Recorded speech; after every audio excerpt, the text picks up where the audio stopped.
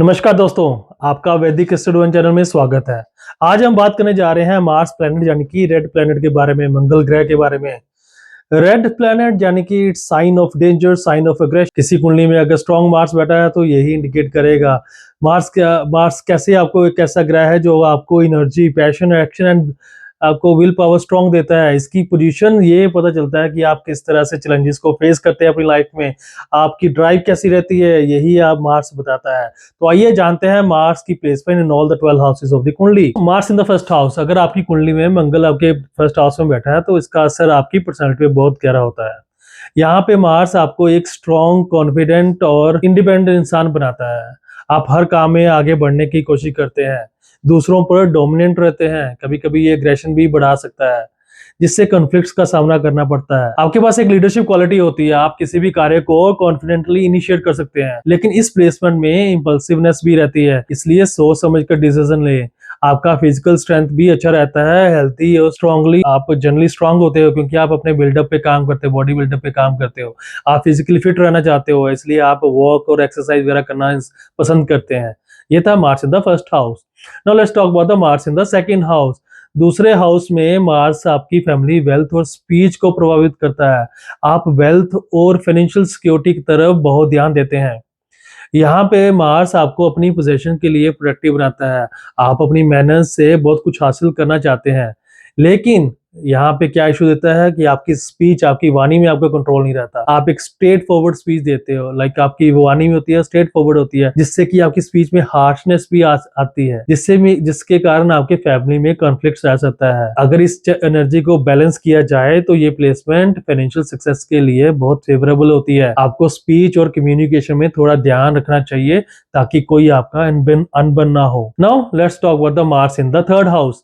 तीसरे भाव में मार्स आपको करेज, कम्युनिकेशन स्किल्स, सिबलिंग के साथ रिलेशनशिप को दर्शाता है। ये आपको एडवेंचरस और फेयरलेस बनाता है। आप हर सिचुएशन में रिस्क लेने के लिए तैयार रहते हैं और अक्सर अपने व्यूज को बोल्डली एक्सप्रेस करते हैं।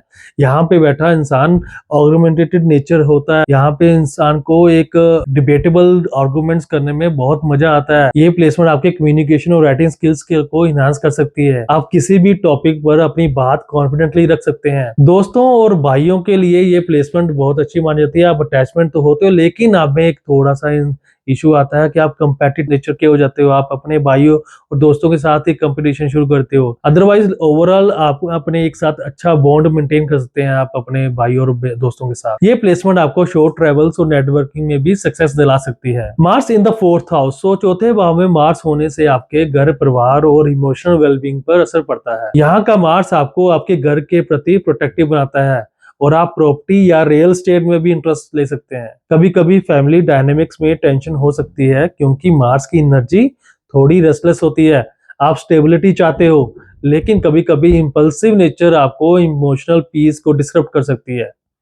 इस प्लेसमेंट में प्रॉपर्टी खरीदने या घर से रिलेटेड मैटर्स में सक्सेस मिल सकती है, लेकिन पेशेंस भी जरूरी होती है। Now let's talk about the Mars in the fifth house. पांचवें भाव में मार्स आपकी क्रिएटिविटी, पैशन और रोमांटिक लाइफ को दर्शाता है। यहाँ पे बैठा मार्स आपको बहुत इंथुसियास्टिक और पैशनेट बनाता है। आप किसी भी चीज को इंटेंसली परस्यू करते हो, चाहे वो आपका क्रिएटिविटी हो या आपकी लव लाइफ हो।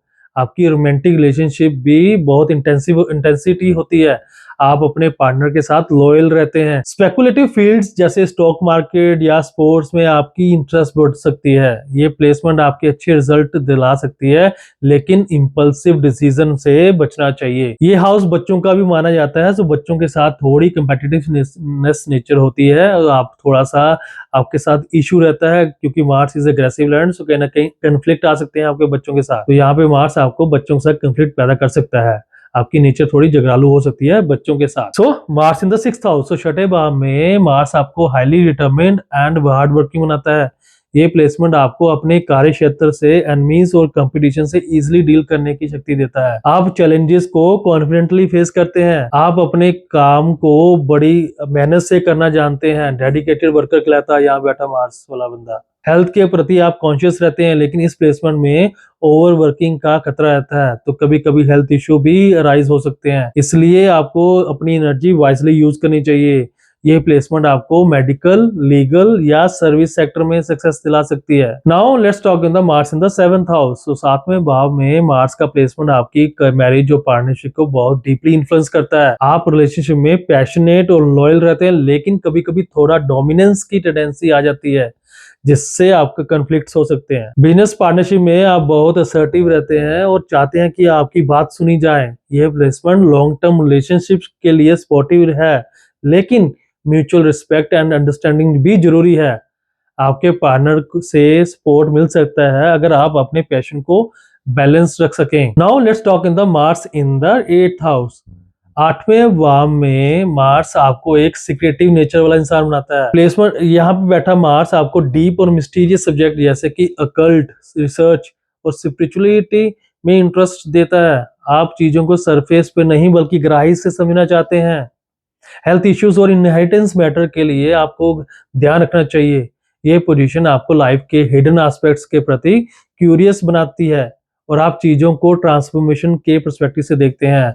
आपके लिए चेंज कोई ज्यादा मुश्किल नहीं है एक्सेप्ट करना, आप चेंज को इजीली एक्सेप्ट करते हैं। Now let's talk about the Mars in the 9th house. तो 9th हाउस में आपके हायर लर्निंग, ट्रैवल और स्पिरिचुअल बिलीफ्स को प्रभावित करता है। ये प्लेसमेंट आपको एडवेंचरस, फ्रीडम लविंग बनाती है। आप अपने बिलीफ्स को स्ट्रांगली होल्ड करते हैं और उन्हें दुनिया के साथ शेयर करने में आप कॉन्फिडेंट रहते हैं। एजुकेशन और लॉन्ग डिस्टेंस ट्रैवल में भी इंटरेस्ट बढ़ाता है यहाँ पे बैठा मार्स, और आप हमेशा अपने एक्सपीरियंस को एक्सपेंड करने की कोशिश में रहते हैं। तो यहाँ प्लेसमेंट में यहाँ बैठा मार्स आपको हायर एजुकेशन फोरम में भी दिला सकता है। Now let's talk about the Mars in the 10th house. हालांकि Mars in the 9th house आपके पिता के साथ रिलेशन में अच्छा नहीं रहता। यहाँ पे बैठा आपका Mars in the 9th house कहीं ना कहीं आपका रिलेशनशिप जो होते हैं फादर के साथ, उसमें कंफ्लिक्ट पैदा करता है। लड़ाई झगड़े होने के चांसेस ज्यादा रहते हैं फादर और सन के रिलेशनशिप में। Now let's talk about the Mars in the 10th house. 10वें भाव में मार्स आपके करियर और प्रोफेशनल लाइफ को स्ट्रांगली इन्फ्लुएंस करता है। आप अपने करियर में बहुत एम्बिशियस होते हैं, रिकॉग्निशन के लिए हार्डवर्क करते हैं। यहाँ मार्स होना आपका अपने कार्यक्षेत्र में कम्पेटिटिव एंड गोल ओरिएंटेड बनाता है। अथॉरिटी फिगर्स के साथ कभी कभी कॉन्फ्लिक्ट्स हो सकते हैं, लेकिन अगर आप अपनी एनर्जी को प्रॉपर्ली डायरेक्ट कर सकें तो ये प्लेसमेंट आपको बहुत सक्सेस दिला सकती है। आप लीडरशिप रोल के लिए सूटेड होते हो, आपके करियर में ग्रोथ की पोटेंशियल बनी रहती है। आपको मार्स 10th हाउस वाला इंसान की ऊर्जा अलग तरीके से होती है। वर्क प्लेस में जो इंसान 8 से लेकर रात को 10 बजे तक रहता है, that is the Mars in the 10th house. इतनी एनर्जी और एक्टिवनेस देता है मार्स इन 10th हाउस, जो कि मार्स की उच्च अवस्था को बताता है। एग्जॉल्टेड हाउस माना जाता है कार्य कालपुरुष की कुंडली में 10th हाउस को। सो मार्स यहाँ पे उच्च होता है, इसलिए मार्स की बेस्ट प्लेसमेंट मानी जाती है Mars in the 10th house. So now let's talk about the Mars in the 11th house. 11वें भाव में मार्स आपकी सोशल लाइफ, फ्रेंड्स और गेम्स पे असर डालता है। आप इन्फ्लुएंशियल फ्रेंड्स के साथ जुड़ना पसंद करते हैं। आपके गोल्स अचीव करने में आपकी मदद कर सकते हैं आपके फ्रेंड सर्कल। आपका सोशल सर्कल आपको इंस्पिरेशन देता है। आप अपने लक्ष्य को पाने के लिए नेटवर्किंग का सही उपयोग कर सकते हैं। ये प्लेसमेंट फाइनेंशियल गेन्स के लिए भी फेवरेबल होती है। आपको अपने ग्रुप्स में थोड़ी सी सर्टेननेस रखने से टेंडेंसी होती है, लेकिन ओवरऑल आप अपने गोल को की तरफ फोकस रहते हो। आप हमेशा कुछ भी तरीके से अपने गोल को पा लेते हो। फाइनेंशियल गेन्स के लिए बहुत अच्छा माना गया है Mars in the 11th house. Now let's talk about the Mars in the 12th house. So 12वां भाव क्या है? 12वें भाव में मार्स आपको स्पिरिचुअलिटी और सॉलिट्यूड की ओर आकर्षित कर सकता है। ये प्लेसमेंट आपको इंट्रोस्पेक्टिव बनाती है। आप अपनी इनर सेल्फ को एक्सप्लोर करना चाहते हैं। यहाँ मार्स आपके खर्चों को भी बढ़ा सकता है, लेकिन फाइनेंशियल मैनेजमेंट आपको करना और जरूरी रहता है, बहुत जरूरी रहता है। फाइनेंशियल मैनेजमेंट में भी अगर अच्छा मार्स बैठा है तो इंसान अच्छे से स्पेंड करना जानता है। उसको पता है कहाँ मैंने खर्चा करना है, कहाँ मैंने इन्वेस्ट करना है। अपने एक्सपीरियंस से सीखता है यहाँ पे बैठा मार्स वाला इंसान। एक्सपीरियंस का इंक्लिनेशन रहता है। आप आइसोलेशन में कंफर्ट फील कर सकते हैं। ये प्लेसमेंट आपको कंपैशन और हीलिंग क्वालिटीज की ओर भी ले जा सकती है। तो ये था मार्स इन 12 हाउसेस का डिटेल्ड ओवरव्यू। याद रखें कि मंगल की प्लेसमेंट आपकी लाइफ की बहुत सारी चीजों को शेप करती है। ये प्लेसमेंट्स आपकी स्ट्रेंथ और वीकनेस को दर्शाती है, इसलिए इन्हें समझकर अपने जीवन में बैलेंस बनाए रखें। अपनी एनर्जी को सही दिशा में यूज करें ताकि आप हर सिचुएशन में सक्सेस पा सकें। आई होप आपको ये वीडियो अच्छी लगी हो। अगर अच्छी लगी हो then do like and share this video. And अगर आपने अभी तक चैनल को सब्सक्राइब नहीं किया तो I would request you to please subscribe this channel. Thank you so much. आज के लिए इतना ही। धन्यवाद।